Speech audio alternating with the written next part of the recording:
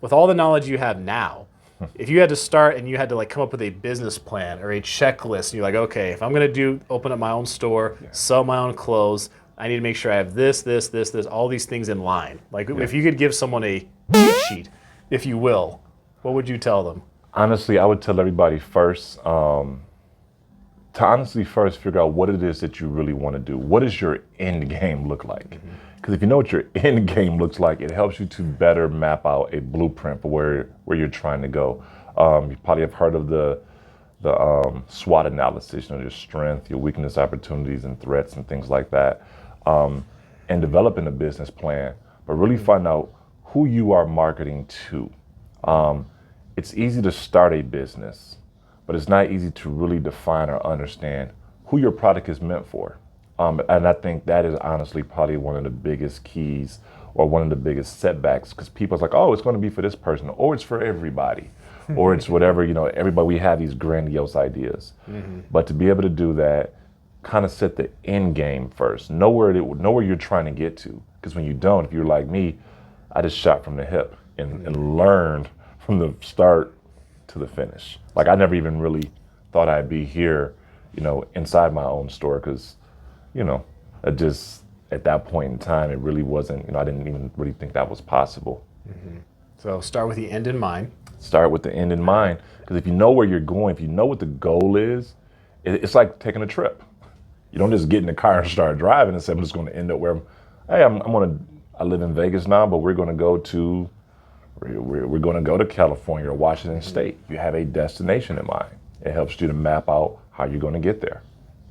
So start with the end in mind, and then, if you were to go and build from there, would you look at, I know you didn't get a loan for this business, but would you look at trying to get funding first? Would you look at, talking to a logo designer from the beginning and saying, hey, give me some ideas for this, or, a manufacturer, distributor? Well, the first thing I would find out, so let's just say, we're not going to say that you're doing clothing or whatever it is, but first find out whatever that business is that you're doing.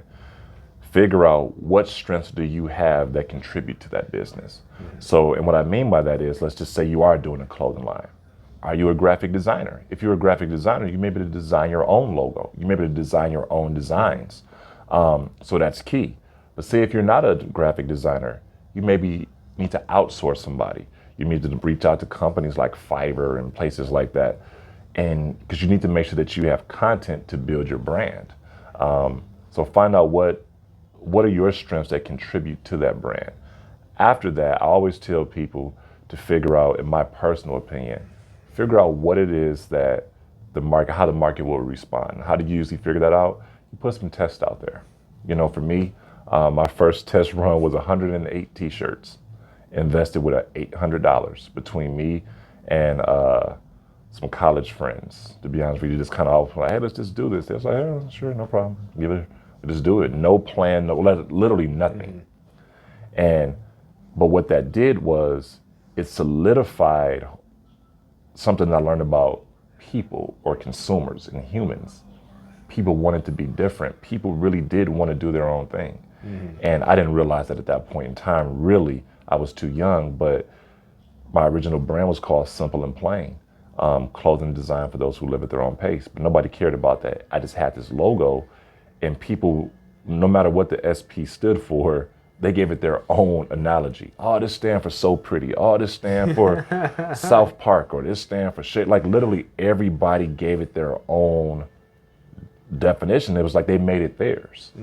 And so I didn't understand how to interpret that. I'm like, no, stands for Simple and Plain. But of course that didn't mean anything. But that right there was kind of one of the first underlying keys that I learned, like, okay, so people like the individuality and the creativity, and they want to stand out. So that was a lesson learned. Okay, so we're going, so end in mind, get out, a sample, right? Or something, say, was it MVP, minimum viable product, the idea. So test out small before you go big with a lot of money. And then, once you've got a test and once you've got some feedback, where are you going from there? So for me, the next thing is to figure out, in my personal opinion, I always say, it's how it worked for me.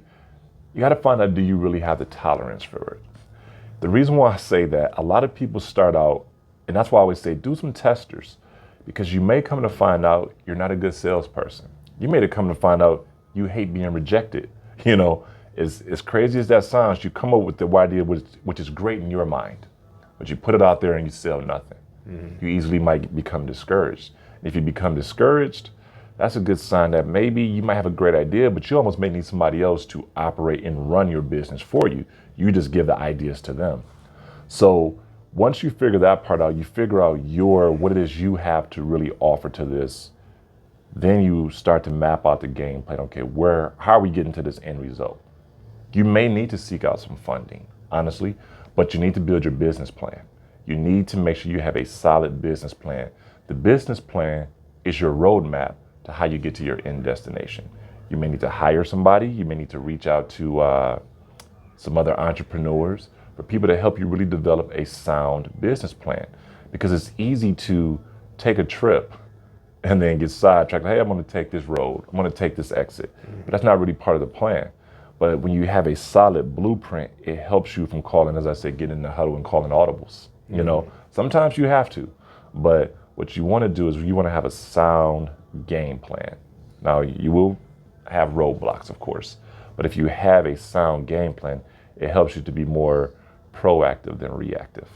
Okay, and that's actually one thing you touched on it briefly, but I wanted to dig a little more. You said, say you do have your business plan, because one thing in the world of business and entrepreneurship, whether it's having your own store, trying to figure out what your customers want, or making videos, and sometimes people like it, sometimes they don't, sometimes Correct. you're not certain. So with your blueprint, with your business plan, I guess the way to put it is, you have to be flexible, right? Yes. So did you have some of that in your journey where you were like, okay, I thought I was going this way, or I thought I was targeting this market, and you're like, no, I got to make a hard left turn here because this isn't working? Exactly.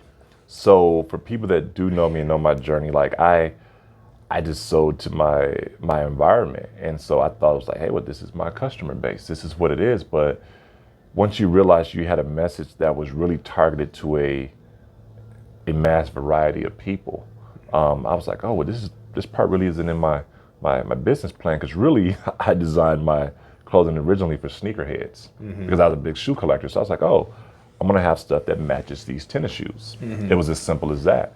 But I started to realize that certain people were buying stuff, but they weren't sneakerheads. They just like to look nice. Right. So I was like, oh, okay. Well, then you get people that wanted to do this. But moving from Michigan to Vegas was like the eye opener for me in the business plan. Was like, yeah, I may not have thought this out very well, because it was a whole different culture, a whole different market out west. And I realized the slogan, like I said, the tagline of "Live at Your Own Pace" was very beneficial, and it translated and it transcended to, a variety of people, young, old, literally any race and ethnicity. But it was more just like, wow, this wasn't part of the plan. So what do I do now? That caused me to honestly to go back and kind of more so research the market. I did more market research, and sometimes you're going to have to do a lot of reading. You're going to have to figure out some things, because I literally went from being at one point, we were in over 20 plus stores to 0 stores. So, you go from 0 to 20 plus, then you go from 20 plus back down to 0. Jeez. That's not a very, that's not what you want to, you really want to go from 0 to 20, 20 to maybe 40. Right. But mine was 0 to 20, 20 to 0. And the reason why that was is because I never had a plan. I didn't have anything categorized out like, this is what's for this season. Stores would ask me, so what's next? So I don't know, I got to go back to the drawing board and see see what we come up with. Literally was shooting from the hip. So that's why the business plan is very important. And then when you get hit with that roadblock, you may have to make a hard left. But the business plan will still help you to understand, like, you make a hard left, but where is it that you're still trying to get to? It helps to keep you focused and grounded. And honestly, I didn't even have a business plan at that time. Like, to be honest with you, like mine was just a lot of gut intuition and just drive and determination. Like, oh, I hit this roadblock, but I don't know. My thing was, I was like, I just want people around the whole world to know this brand.